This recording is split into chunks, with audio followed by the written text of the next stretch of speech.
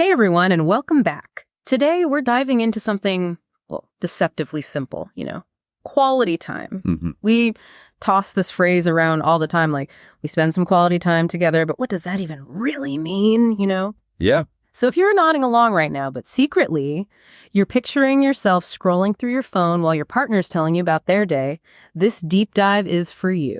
Totally. We're cracking open Chapter 5 of Gary Chapman's The 5 Love Languages to, really unpack this idea of quality time, because it really is often misunderstood. Oh, for sure. And one of the things that makes Chapman's approach so insightful is the way he uses all these real-life couple stories, to illustrate the concepts. And he really clarifies right off the bat that just being in the same room, just breathing the same air as someone, that's not quality time. Okay, so then what is it? Because I'll admit, I've definitely been guilty of thinking just because we were both physically present that it counted, Right. And that's a common stumbling block. Chapman really emphasizes that that focused attention. That's the key ingredient. Yeah. He uses this really great analogy of a father rolling a ball with his child. Yeah. Right. So is he down on the floor, fully engaged, eyes lit up, giving off that I'm all yours energy. Yeah.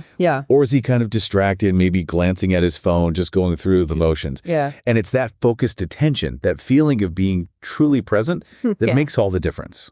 And I think that analogy really drives home the point, because we've all been on the receiving end of that distracted attention, right? Like when you're trying to tell your partner about your day, but you can practically see their mind wandering off to that email they need to send or, whatever it is. Exactly.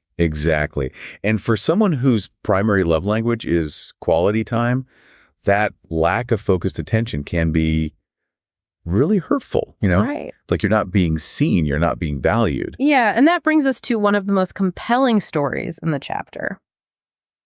The story of Patrick and his wife. She was trying to open up to him about her work stress and hoping for some empathy and understanding, but instead of really listening, Patrick would just jump into problem-solving mode. Classic Patrick, right. And while his intentions were probably good, he was totally missing the mark. Yep. His wife wasn't looking for solutions. She was looking for connection. She wanted to feel heard, validated. And Chapman emphasizes that for many people, deep, meaningful conversation, that is their love language. Yeah. But it requires us to be really present, to listen not just with our ears, but with our hearts and our minds. So it's not about waiting for our turn to speak, but really absorbing what our partner is saying, understanding the emotions behind their words. But how do we actually become better listeners? Because I think it's safe to say that's something that a lot of us could work on. You're absolutely right. It's a skill. And like any skill, it takes practice. And Chapman, he offers some really practical tips in the book. Things like maintaining eye contact, like seriously, put the phones away, avoid distractions as much as possible, and then reflect back what your partner's saying just to make sure you're really understanding them. It's all about showing them through your words and your actions that they have your undivided attention, that their feelings matter. It's those little reminders, because sometimes it's not about even saying the right thing. It's about creating that space for your partner to feel heard. Precisely. And what's interesting is that we all have these different natural inclinations when it comes to communication. Right. And Chapman captures this so well with his description of, remember, the Dead Sea and the babbling brook personality types. Oh, I love this part. Okay, for our listeners who maybe haven't read the book yet, break it down. Yeah. What are these types all about? Well, the Dead Sea, pretty self-explanatory, is someone who's perfectly content with long stretches of silence, Right. They're not trying to be aloof or shut anyone out. That's just their natural state of being comfortable with quietude. Yeah. The babbling brook, on the other hand, it's like a constantly flowing stream of thoughts and stories.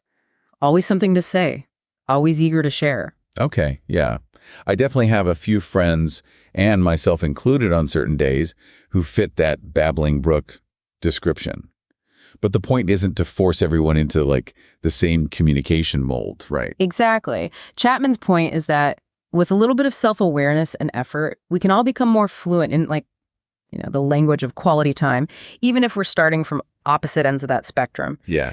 He even suggests this minimum daily requirement for couples, which is, share 3 things that happened during your day and how you felt about them. It sounds so simple, but I can see how just that kind of intentional sharing, even for a few minutes each day, could make a huge difference. Absolutely. It's about creating that space for connection. Yeah. For really staying in tune with each other's lives and emotions. Yeah. And speaking of connection, quality time isn't just about conversation, is it?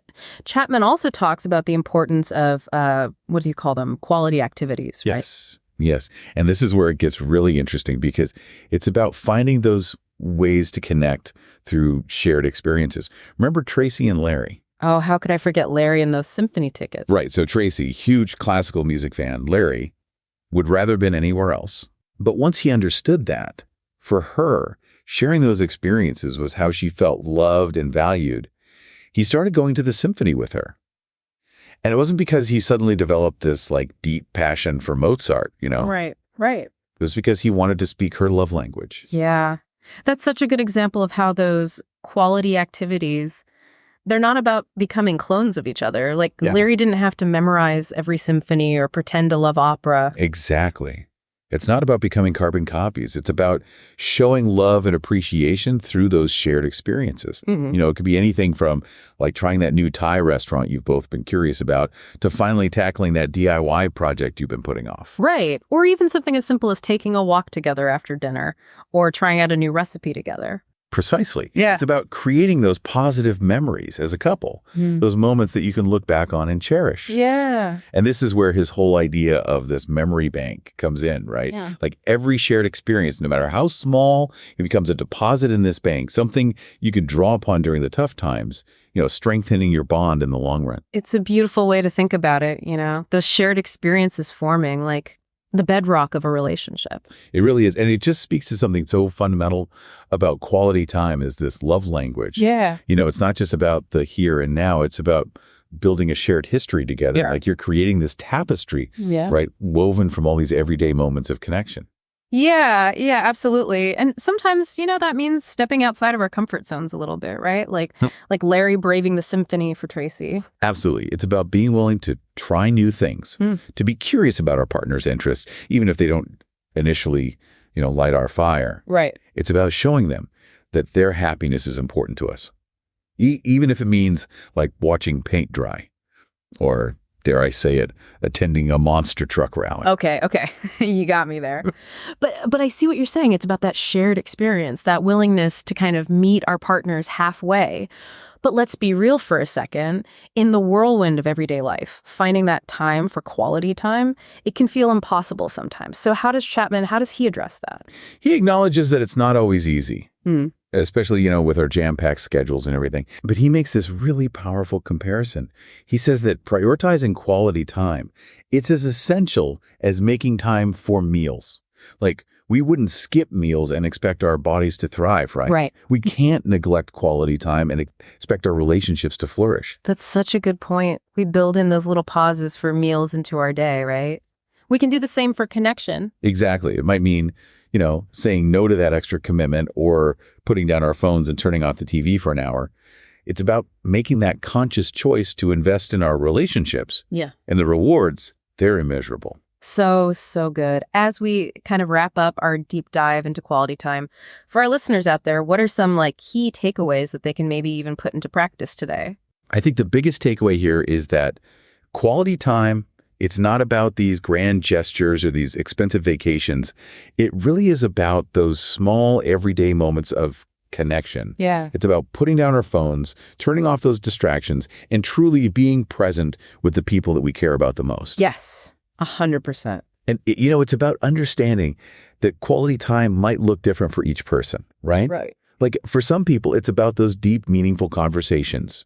For others, it's about those shared experiences, those adventures, whether they're big or small.